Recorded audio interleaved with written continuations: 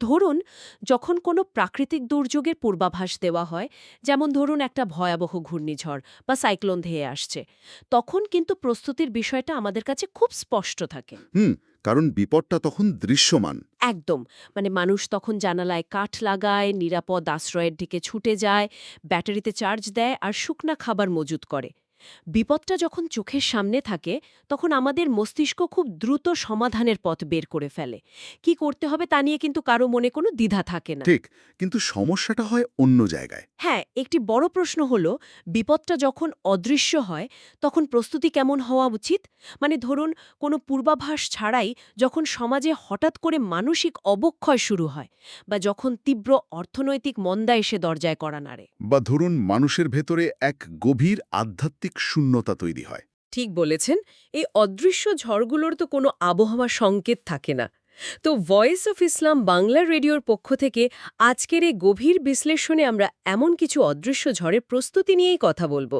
আমাদের শ্রোতাদের জানিয়ে রাখি, আজকের আলোচনার মূল ভিত্তি হল সম্প্রতি এমটিএন নিউজের সম্প্রচারিত একটি ভিডিও।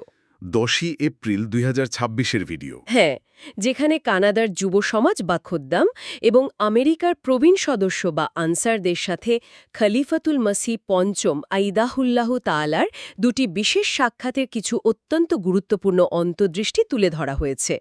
আজকের এই যাত্রায় আমরা দেখব যে বিশ্বজুড়ে জাগতিক সংকটের মাত্রা যতই ভয়াবহ হোক না কেন, সর্বশক্তিমান আল্লাহের প্রতি অবিচল বিশ্বাস কিভাবে একটি বিজ্ঞানসম্মত এবং চূড়ান্ত পথপ্রদর্শক হিসেবে আমাদের রক্ষা করতে পারে। অদৃশ্য ঝড়ের এই ধারণাটা দিয়ে আলোচনা শুরু করাটা মনস্তাত্ত্বিক দিক থেকে অত্যন্ত প্রাসঙ্গিক। কারণ আজকের উৎসগুলোতে যে বিষয়গুলো উঠে এসেছে সেগুলো শুধু বর্তমান বিশ্ব পরিস্থিতির একটা বাহ্যিক বিবরণ দেয় না, রাইট। বরং যে কোনো বৈশ্বিক বা ব্যক্তিগত সংকট মোকাবিলার জন্য একটি চমৎকার মনস্তাত্ত্বিক ফ্রেমওয়ার্ক বা কাঠামো দাঁড় করায়। বিশেষ করে আধুনিক যুগে মানুষ যখন তীব্র বস্তুতান্ত্রিক প্রলোভন আর আধ্যাত্মিক দর্শনের মধ্যে একটা ভারসাম্য খোঁজার আপ্রাণ চেষ্টা করছে। আর এই ভারসাম্যের সবচেয়ে বড় পরীক্ষাটা বোধহয় বর্তমানে বৈশ্বিক অর্থনীতিতেই হচ্ছে। আমরা যদি চারপাশের পরিস্থিতির দিকে তাকাই, দেখতে পাব আমেরিকা আর ইরানের মধ্যে যে ভূ-রাজনৈতিক উত্তেজনা চলছে, তার ফলে বিশ্বজুড়ে আন্তর্জাতিক সরবরাহ ব্যবস্থা কিন্তু মারাত্মকভাবে বাধাগ্রস্ত হচ্ছে। সাপ্লাই চেইন পুরোপুরি ভেঙে পড়ার উপক্রম। একদম তাই। এর সরাসরি প্রভাব পড়ছে তেলের দামের ওপর, মূল্যস্ফীতি বা ইনফ্লেশন একেবারে আকাশ ছুঁয়েছে, এবং বিশ্ব অর্থনীতি একটা ভয়াবহ মন্দা বা রিসেশনের দিকে এগিয়ে যাচ্ছে। এই অবস্থায় খলিফাতুল মসিহ পঞ্চম আয়াতুল্লাহ তাআলাকে যখন জিজ্ঞাসা করা হয়েছিল যে বর্তমান যুব সমাজের প্রস্তুতি কেমন হওয়া উচিত, তখন তিনি অত্যন্ত বাস্তবসম্মত একটা দিক তুলে ধরেছেন। বেশ কৌতূহলোদ্দীপক। যার কতটা নামছে তা নিয়ে দুশ্চিন্তা করে সময় নষ্ট করার কোনো মানে নেই। তাও তো বটে। বরং আমাদের প্রস্তুতি হতে হবে সম্পূর্ণ মানসিক। এখানে একটি অসাধারণ কথা বলা হয়েছে, আমি উদ্ধৃতি দিচ্ছি। যখন দুনিয়ার অর্থনৈতিক সংকট হয়, তখন তাকে বলে রিসেশন, আর যখন সেটি ব্যক্তিগত জীবনে আঘাত আনে, তখন তাকে বলে ডিপ্রেশন। এই একটা বাক্য আসলে পুরো সংকটের স্বরূপটাই আমাদের সামনে পাল্টে দেয়। বাহ, এটা দারুণ একটা বিশ্লেষণ। এই রিসেশন বনাম ডিপ্রেশনের মনস্তাত্ত্বিক ভিত্তিটা কিন্তু অনেক গভীরে প্রথিত। সাধারণত জাগতিক চিন্তাধারার মানুষ যখন তাদের জমানো সম্পদ হারায়, তখন তাদের আত্মপরিচয় বা সেলফ আইডেন্টিটি প্রবল ধাক্কা খায়। কারণ তাদের সাফল্যের মাপকাঠি তো ছিল ওটা। ঠিক, যেহেতু তাদের জীবনের সফলতার একমাত্র মাপকাঠি ছিল ব্যাংক ব্যালেন্স, দামি গাড়ি বা কেরিয়ার, সেই বস্তুতান্ত্রিক কাঠামো ধসে পড়ার সাথে সাথেই তাদের কাছে বেঁচে থাকার আর কোনো অর্থ অবশিষ্ট থাকে না। একটা শূন্যতা তৈরি হয়। এই শূন্যতা থেকেই চরম হতাশা বা ডিপ্রেশনের জন্ম হয়, যা অনেক সময় মানুষকে আত্মহত্যার মতো ভয়াবহ পরিণতির দিকে নিয়ে যায়। কিন্তু একজন বিশ্বাসীর মানসিকতা এখানে সম্পূর্ণ ভিন্নভাবে কাজ করে।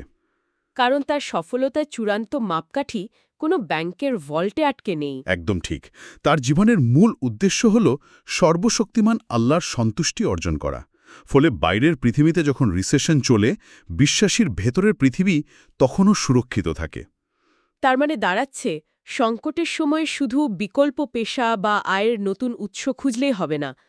হ্যাঁ, অবশ্যই আমাদের এমন সব পেশায় যাওয়ার চেষ্টা করতে হবে যা সরাসরি তেলের বাজার বা একক কোনো অর্থনীতির উপর নির্ভরশীল নয়, কিন্তু মূল লড়াইটা হবে আমাদের মনের ভেতরে। মানসিক লড়াই। যখন চারপাশের পৃথিবী ধসে পড়তে শুরু করবে তখন প্যানিক বা আতঙ্কিত না হয়ে সর্বশক্তিমান আল্লাহর দরবারে মাথা নত করতে হবে। তার কাছে সাহায্য চাইতে হবে যাতে তিনি আমাদের এই সংকট পার হওয়ার মানসিক দৃঢ়তা দান করেন।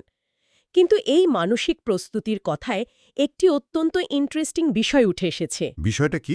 বলা হয়েছে ইস্তিগফার বা ক্ষমা প্রার্থনার কথা, যা মানুষের আত্মসন্দেহ বা সেলফ ডাউট দূর করার অন্যতম বড় হাতিয়ার। এখন সাধারণভাবে আমরা ইস্তিগফারকে তো কেবল পাপ মোচনের দোয়া হিসেবেই জানি, তাই না? কিন্তু একটি আধ্যাত্মিক কাজ কিভাবে মানুষের প্রাত্যহিক জীবনের আত্মবিশ্বাস ফিরিয়ে আনে বা আত্মসন্দেহ দূর করে? এটি একটি অত্যন্ত গভীর প্রশ্ন। আসলে আত্মসন্দেহ বা সেলফ ডাউট হল এক ধরনের নেতিবাচক চিন্তা বা হীনমন্যতা। যখন কেউ প্রতিনিয়ত ভাবতে থাকে আমাকে দিয়ে কিছু হবে না বা আমার কোনো যোগ্যতা নেই, তখন সে মূলত নিজের সামর্থ্যকে চরমভাবে অবমূল্যায়ন করে। রাইট। আধ্যাত্মিক দৃষ্টিকোণ থেকে যদি আমরা দেখি, মানুষের ভেতরের এই সম্ভাবনা আর ক্ষমতাগুলো তো দিয়েছেন স্বয়ং সর্বশক্তিমান আল্লাহ। তাই নিজের ক্ষমতা নিয়ে সন্দেহ করার অর্থ হল পরোক্ষভাবে সৃষ্টার সৃষ্টির নিখুঁত হওয়া নিয়ে সন্দেহ করা। ও আচ্ছা, মানে বিষয়টা এভাবে চিন্তা করা যেতে পারে। হ্যাঁ, ইস্তেগফার করার মাধ্যমে একজন মানুষ অত্যন্ত বিনয়ের সাথে নিজের সীমাবদ্ধতাগুলো স্রষ্টার সামনে স্বীকার করে নেয়। এই স্বীকারোক্তি মানুষের মন থেকে অহংকার আর ভয় দূর করে দেয়। মানে মনস্তাত্ত্বিকভাবে একটা বিশাল শক্তির ভরসা পায়। ঠিক তাই। এই প্রক্রিয়াটাই মস্তিষ্ককে নেতিবাচক চিন্তার লুপ থেকে বের করে এনে আত্মবিশ্বাস পুনর্গঠন করতে সাহায্য করে। আর এই অভ্যন্তরীণ আত্মবিশ্বাস গড়ে তোলার বিষয়টা কতটা জরুরি তা ভাবলে সত্যি অবাক হতে হয়। কারণ আত্মসন্দেহ দূর না হলে বিশ্বকে পথ দেখানোর স্বপ্ন দেখাটা স্রেফ একটা অলীক কল্পনা। যে মানুষ ভেতর থেকে হীনমন্যতায় ভুগছে সে কখনোই বাইরে একটি সমাজ বা বিশ্বকে নেতৃত্ব দিতে পারে না। একদম অসম্ভব। আমাদের লক্ষ্য যদি হয় বিপথগামী বিশ্বকে এক মহান সৃষ্টার দিকে পরিচালিত করা, তবে সবার আগে নিজেদের ভেতর থেকে এই হীনমন্যতা দূর করতে হবে। কারণ এই অভ্যন্তরীণ আত্মবিশ্বাসের অভাবেই অনেক সময় তরুণ সমাজ অনৈতিক অভ্যাসের দিকে ঝুঁকে পড়ে।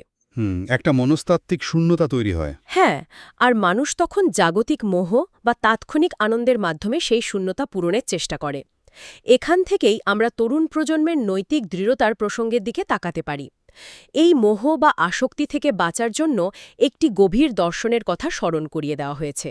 বলা হয়েছে মুমিনদের জন্য এই পৃথিবী একটি কারাগার। আচ্ছা। সত্যি কথা বলতে আধুনিক আর স্বাধীন একটা সমাজে বেড়ে ওঠা তরুণদের কাছে কারাগার শব্দটা তো রীতিমতো দমবন্ধকর একটা অনুভূতি তৈরি করতে পারে।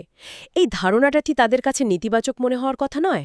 দেখুন, বাইরে থেকে বা জাগতিক দৃষ্টিকোণ থেকে দেখলে এটাকে ব্যক্তিগত স্বাধীনতা হরণ মনে হতে পারে। যেমন ধরুন, কানাডার মতো একটি দেশে যেখানে ১৯ বছর বয়সেই ভ্যাপিং বা অন্যান্য নেশা করা আইনগতভাবে বৈধ, সেখানে একজন তরুণ যখন নিজেকে এসব থেকে গুটিয়ে রাখে, তখন তার বন্ধুদের কাছে মনে হতে পারে যে সে জীবনটা উপভোগই করছে না। যেন স্বেচ্ছায় জেলখানায় বন্দী হয়ে আছে। হ্যাঁ, কিন্তু আমরা যদি মানুষের মনস্তত্ত্ব এবং ডোপামিন হরমোনের কাজের ধরনটা বিশ্লেষণ করি, তাহলে দেখব অবাধ স্বাধীনতা অনেক সময় মানুষকে আসক্তির দাসে পরিণত করে।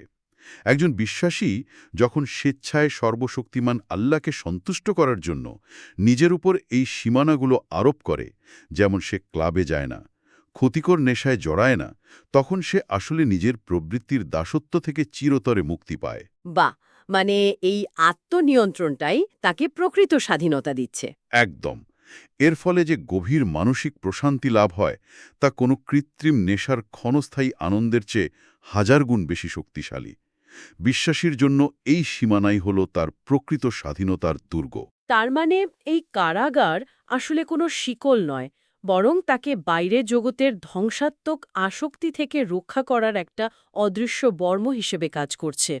কিন্তু বাস্তবতা হল সমাজের সবাই এই বর্মটা ঠিকমতো পরে থাকতে পারে না।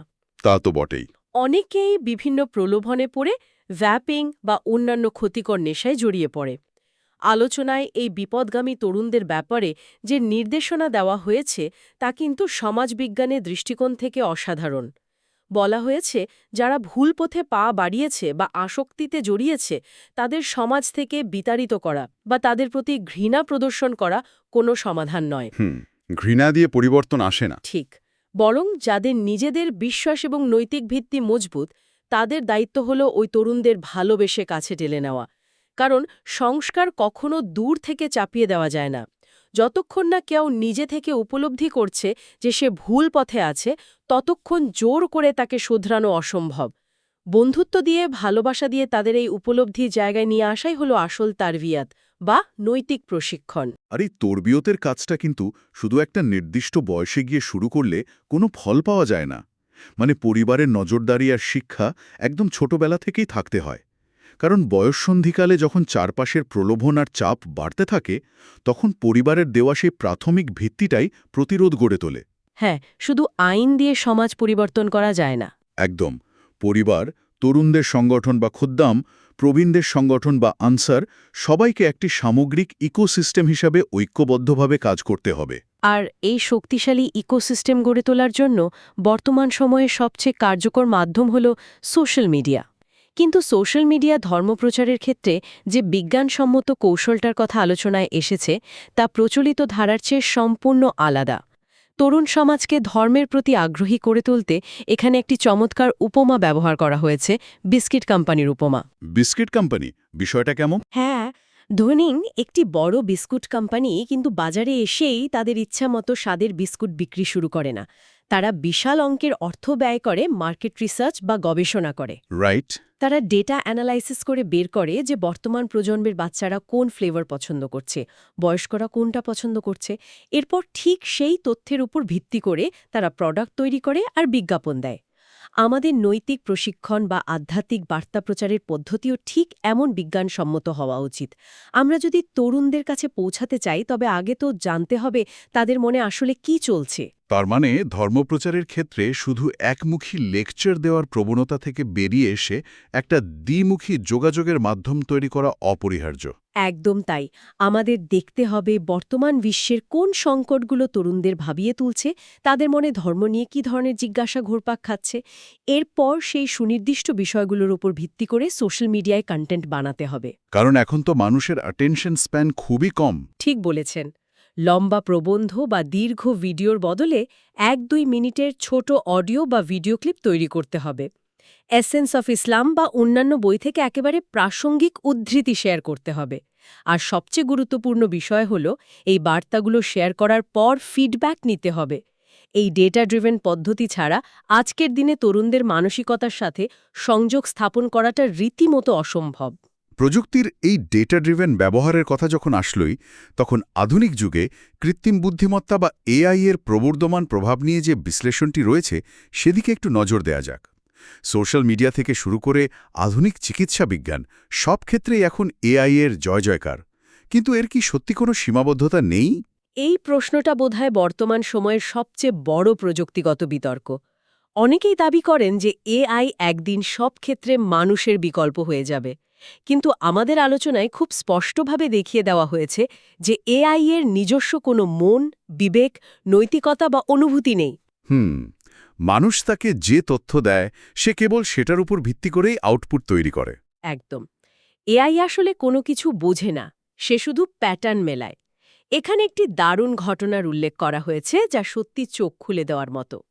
একবার এআইকে কোনো একটি নির্দিষ্ট ধর্মীয় মাসালা বা হাদিস সম্পর্কে জিজ্ঞাসা করা হলে সে খুব আত্মবিশ্বাসের সাথে সম্পূর্ণ ভুল একটি উত্তর দেয়। তাই নাকি? হ্যাঁ, কিন্তু যখন তাকে ধরিয়ে দেওয়া হয় যে তার উত্তরটি ভুল এবং প্রকৃত হাদিসটি অন্য কথা বলছে, তখন এআই মুহূর্তের মধ্যে তার ভুল স্বীকার করে নেয়। এই ঘটনাটা পরিষ্কার প্রমাণ করে যে এআই এর উত্তরের ওপর অন্ধভাবে নির্ভর করা যায় না। সে তথ্যের মায়া তৈরি করতে পারে, কিন্তু সত্য মিথ্যার পার্থক্য করার ক্ষমতা তার নেই। আর চিকিৎসার ক্ষেত্রে এআই এর এই সীমাবদ্ধতা তো আরও অনেক বেশি প্রকট। আজকের দিনে চিকিৎসায় এআই দিয়ে নিখুঁত রোগ নির্ণয়ের দাবি করা হয়, কিন্তু ভুলে গেলে চলবে না যে মানুষের শরীর শুধু কিছু কেমিক্যাল রিঅ্যাকশন বা ল্যাব রিপোর্টের সমষ্টি নয়, এর সাথে মানুষের মনস্তত্ত্ব এবং আবেগ গভীরভাবে জড়িত। একটি ঘটনা অভাবনীয় এক মাত্রা যোগ করে। ঘটনাটি ছিল এরকম, এক বয়স্ক মহিলা যিনি ডাক্তার সাহেবের বাড়িতে কাজ করতেন। তিনি একদিন খুব অসুস্থ হয়ে পড়েন। ডক্টর সাহেব তাড়াহুড়ো না করে অত্যন্ত মনোযোগ আর সহানুভূতি নিয়ে তার ব্লাড প্রেশার মাপলেন। বেশ সময় নিয়ে তাকে স্টেটোস্কোপ দিয়ে পরীক্ষা করলেন এবং খুব সাধারণ কিছু ওষুধ দিলেন। আচ্ছা। মজার ব্যাপার হলো, পরের দিন ওই মহিলা এসে খুব খুশি মনে বললেন যে গতকাল তাকে যে ইঞ্জেকশনটা দেওয়া হয়েছিল সেটা যেন আজও দেওয়া হয়, কারণ তিনি অনেকটাই সুস্থ বোধ করছেন। ইনজেকশন? কিন্তু তাকে তো... ঠিক ধরেছেন, বাস্তবতা হলো আগের দিন তাকে কোনো ইঞ্জেকশন দেওয়াই হয়নি। হ্যাঁ, চিকিৎসা বিজ্ঞানের ভাষায় এটাকে হয়তো প্লেসিবো ইফেক্ট বলা যেতে পারে, কিন্তু এর পেছনের আসল কারিগর হল মানবিক সংযোগ বা হিউম্যান কানেকশন। একদম ঠিক। ডাক্তার সাহেব যে সময় নিয়ে রোগীর কথা শুনেছেন, মনোযোগ দিয়ে পরীক্ষা করেছেন, এই সহানুভূতি আর স্পর্শটাই রোগীর মস্তিষ্কে পজিটিভ সিগন্যাল পাঠিয়েছে আর তার অর্ধেক রোগ সারিয়ে দিয়েছে। এই যে মানসিক ভরসার জায়গা, এটা কোনো সুপার কম্পিউটার বা এআই কখনো দিতে পারবে না। কারণ এআই মিলিসেকেন্ডের রোগ ধরতে পারে, কিন্তু রোগীর মনের ভেতরে ঢুকে তাকে মানসিক প্রশান্তি দেওয়ার অ্যালগোরিদম আজ পর্যন্ত তৈরি হয়নি। আর এই মানবিক সংযোগ, সহানুভূতি আর সবচেয়ে বড় কথা আধ্যাত্মিক ভিত্তি ছাড়া ভবিষ্যতে আমাদের টিকে থাকাও সম্ভব নয়, বিশেষ করে যখন তৃতীয় বিশ্বযুদ্ধ পরবর্তী প্রস্তুতির মতো ভয়াবহ সম্ভাবনার প্রসঙ্গটি আসে। হ্যাঁ, তৃতীয় বিশ্বযুদ্ধের প্রস্তুতির বিষয়ে যখন প্রশ্ন করা হলো, তখন যে রূপরেখা দেওয়া হয়েছে তা অত্যন্ত গভীর। বলা হয়েছে যে কোনো কারিগরি দক্ষতা অর্জনের আগে সর্বশক্তিমান আল্লাহর সাথে আমাদের সম্পর্ক স্থাপন করাটাই হলো প্রাথমিক প্রস্তুতির মূল শর্ত। কারণ একটা বৈশ্বিক যুদ্ধের পর যখন সব রাষ্ট্রীয় কাঠামো ধ্বংস হয়ে যাবে, তখন মানুষ তীব্র হতাশার শিকার হবে। রাইট। তখন তাদের বোঝাতে হবে যে মানুষ যখন তার স্রষ্টাকে ভুলে যায় আর অন্ধ বস্তুতান্ত্রিক লোভের পেছনে ছোটে, ঠিক তখনই এমন ধ্বংসযজ্ঞ পৃথিবীতে নেমে আসে। এখানে হিরোশিমা নাগাসাকির উদাহরণটা খুবই শক্তিশালী। পারমাণবিক বোমার আঘাতে সব ধূলিসাৎ হয়ে যাওয়ার পরও সেই ধ্বংসস্তূপ থেকে মানুষ ঠিকই নতুন শহর গড়ে তুলেছে। হ্যাঁ, নতুন করে সব শুরু করেছে। আমাদেরও আইটি বা ইঞ্জিনিয়ারিং দক্ষতাকে কাজে লাগিয়ে নতুন বিশ্ব গড়তে হবে। কিন্তু সেই নতুন পৃথিবীর ভিত্তিপ্রস্তরটা কোনোভাবেই আগের মতো বস্তুতান্ত্রিক হলে চলবে না। তা হতে হবে আধ্যাত্মিকতা আর মানবিক মূল্যবোধের উপর প্রতিষ্ঠিত। আর সমাজ পুনর্গঠন বা এই মূল্যবোধের চর্চা তো আর হঠাৎ করে রাষ্ট্র পর্যায়ে শুরু হতে পারে না। সমাজ পুনর্গঠনের কথা বলতে গেলে আমাদের ফিরে যেতে হবে সমাজের সবচেয়ে মৌলিক এককটিতে, মানে পরিবারে। পরিবারে যদি সমতা বা ইকুয়ালিটি না থাকে, তাহলে সংঘাতমুক্ত সমাজ গঠন করা কিভাবে সম্ভব? এটা একটা নির্মম বাস্তবতা। আমাদের আলোচনায় সমাজে বিদ্যমান একটি গভীর বৈষম্যের কথা স্পষ্টভাবে উঠে এসেছে। বিশেষ করে এশীয় বা পাকিস্তানি সংস্কৃতির প্রভাব রয়েছে এমন পরিবারগুলোতে একটা ক্ষতিকর প্রবণতা দেখা যায়। সেখানে অনেক সময় ছেলেদের মাত্রাতিরিক্ত আদর দেওয়া হয়, তাদের সব আবদার বিনা প্রশ্নে মিটিয়ে এক প্রকার অলস করে তোলা হয়। যাকে প্রিন্স সিনড্রোম বলা যায়। হ্যাঁ, অন্যদিকে পরিবারের মেয়েরা নিজেদের ভবিষ্যৎ গড়তে কঠোর পরিশ্রম করে এবং শিক্ষাক্ষেত্রে ছেলেদের চেয়ে অনেক দূরে এগিয়ে যায়। এর ফলে ছেলেদের মনস্তত্ত্বে একটা ভ্রান্ত অহংকারের জন্ম নেয়। তারা ভাবতে শুরু করে যে তারা জন্মগতভাবেই বিশেষ কিছু, তাই তাদের আর কোনো পরিশ্রম করার দরকার নেই। এই বৈষম্য যে শুধু জাগতিক ক্ষেত্রে অলসতার জন্ম দেয় তা নয়, এর আধ্যাত্মিক পরিণতি আরও অনেক বেশি ভয়াবহ। যখন একটি ছেলে দেখে যে পরিবারে তাকে বিনা পরিশ্রমে সব সুবিধা দেওয়া হচ্ছে, তখন তার মধ্যে কোনো নৈতিক জবাবদিহিতা গড়ে ওঠে না। আর এই শৃঙ্খলার অভাবটা সরাসরি গিয়ে আঘাত করে ধর্মীয় অনুশাসনে। আলোচনায় একটি মর্মান্তিক ঘটনার উল্লেখ করা হয়েছে, যা আমাদের চোখ খুলে দেবার জন্য যথেষ্ট। একটি মেয়ে জানাচ্ছে যে সে এবং তার মা নিয়মিত নামাজ পড়ে, কিন্তু তার ভাই একটা নির্দিষ্ট বয়সের পর নামাজ পড়া পুরোপুরি ছেড়ে দিয়েছে। কেন? কারণ কি? যখন সেই ভাইকে কারণ জিজ্ঞেস করা হলো, তখন তার উত্তর ছিল, নামাজ পড়া তো মেয়েদের কাজ, ছেলেদের নয়। সর্বনাশ! ভাবলে শিহরিত হতে হয়। একটি মুসলিম পরিবারে বেড়ে ওঠা একটা ছেলের মনে এই মারাত্মক ধারণা কিভাবে জন্মালো? এর পেছনে সবচেয়ে বড় কারণ হল পরিবারের অভ্যন্তরীণ ভঙ্গুর কাঠামো। ছেলে এবং মেয়ে উভয়কেই সমান অধিকার এবং সমান ধর্মীয় শিক্ষা দেওয়ার জন্য জোরালো আহ্বান জানানো হয়েছে। এই বৈষম্য দূর না করলে ভবিষ্যৎ প্রজন্মের একটা বড় অংশ আধ্যাত্মিকভাবেও পঙ্গু হয়ে যাবে। ঠিক এই কারণে সমতা আর নৈতিক শিক্ষার বীজ একদম ছোটবেলা থেকেই বপন করা জরুরি। একটি চমৎকার ঐতিহাসিক উদাহরণ দেওয়া হয়েছে আম্মা জান, মানে হজরত নুসরত জাহান বেগমের জীবনের। তিনি ছোট শিশুদের, যাদের বয়স হয়তো মাত্র ৭-৮ বছর, তাদের শিখিয়ে দিতেন কিভাবে নিজেদের ভবিষ্যৎ জীবনের জন্য এবং বিশেষ করে একটি সুন্দর পরিবার গড়ার জন্য সৎ জীবনসঙ্গী পেতে সর্বশক্তিমান আল্লাহর কাছে দোয়া করতে হয়। এত ছোট বয়সে? হ্যাঁ, এখন ভাবুন, এত ছোট বয়সে কি একটি শিশু বিয়ের প্রকৃত অর্থ বোঝে? মোটেও না। কিন্তু এই বয়সে এই দোয়ার শিক্ষা দেওয়ার মনস্তাত্ত্বিক উদ্দেশ্য হল শিশুটি ছোটবেলা থেকেই অবচেতনভাবে বুঝতে শেখে যে তার জীবনের প্রতিটি গুরুত্বপূর্ণ সিদ্ধান্ত এবং সফলতার জন্য তাকে সর্বশক্তিমান আল্লাহর ওপর নির্ভর করতে হবে। এই ভিত্তি তৈরি হলে বড় হয়ে তারা নিজেদের পারিবারিক দায়িত্ব সম্পর্কে অনেক বেশি সচেতন থাকে। অসাধারণ একটা পদ্ধতি। আর দায়িত্ব নেওয়ার এই বিষয়টা শুধু তরুণদের মধ্যে সীমাবদ্ধ থাকলে চলবে না। সমাজের বয়োজ্যেষ্ঠ বা আনসারদের জন্য খুব বাস্তবসম্মত নির্দেশনা রয়েছে। অবসরে যাওয়ার পর জীবনে অনেকেই মনে করেন যে তাদের কাজ শেষ। একদম, অনেকেই হাত গুটিয়ে বসে থাকেন। কিন্তু বয়স বাড়ার সাথে সাথে শারীরিক সামর্থ্য কমে আসাটা একটা স্বাভাবিক প্রক্রিয়া হলেও হাত গুটিয়ে বসে থাকার বদলে অনুবাদ করা, লেখালেখি বা ডেস্ক ওয়ার্কের মতো প্রোডাক্টিভ কাজে যুক্ত থাকার কথা বলা হয়েছে। কারণ জাগতিক উপার্জনের সময় শেষ হয়ে গেলেও একজন বিশ্বাসীর পরকালের জন্য কাজ করার তো কোনো অবসর নেই। একদম ঠিক।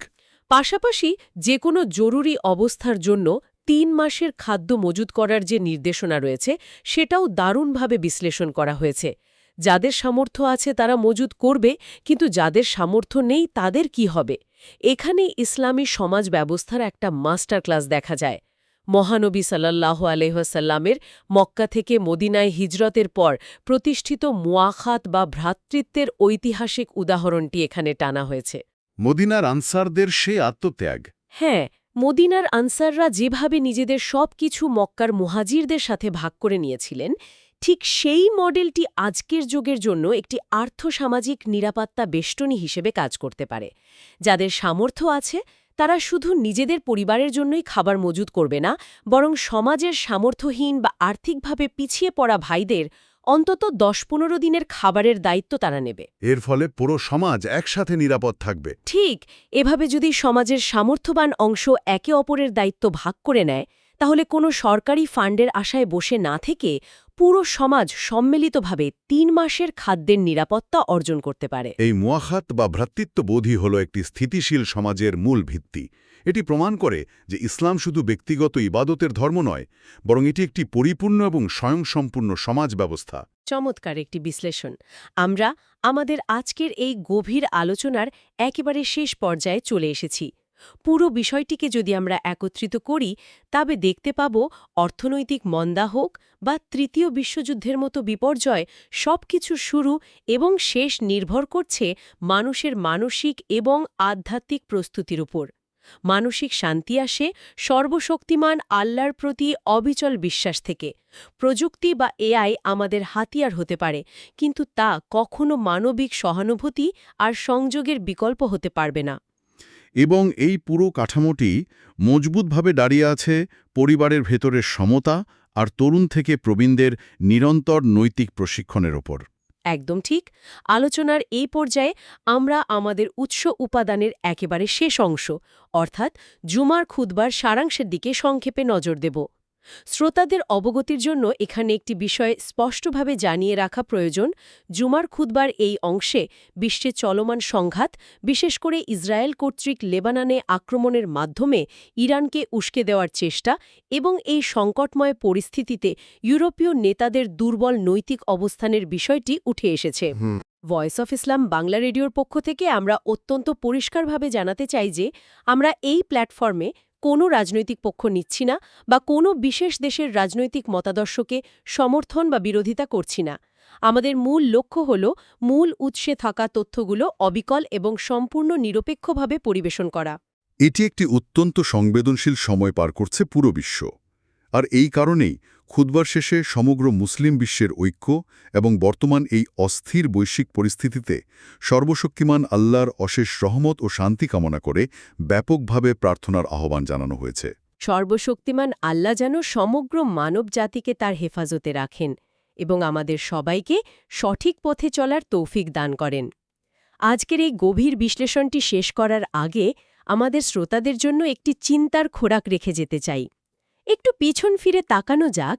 একদম শুরুতে আমরা যে প্রাকৃতিক দুর্যোগ এবং অদৃশ্য ঝড়ের প্রস্তুতির কথা বলেছিলাম, আমরা দেখলাম যে টিকে থাকার আসল রহস্য কোনো কংক্রিটের বাংকারে লুকিয়ে নেই, বরং লুকিয়ে আছে নিজের মনের ভেতরে, নিজের পরিবারের সমতার মধ্যে এবং সর্বশক্তিমান আল্লাহর সাথে সম্পর্কের গভীরে।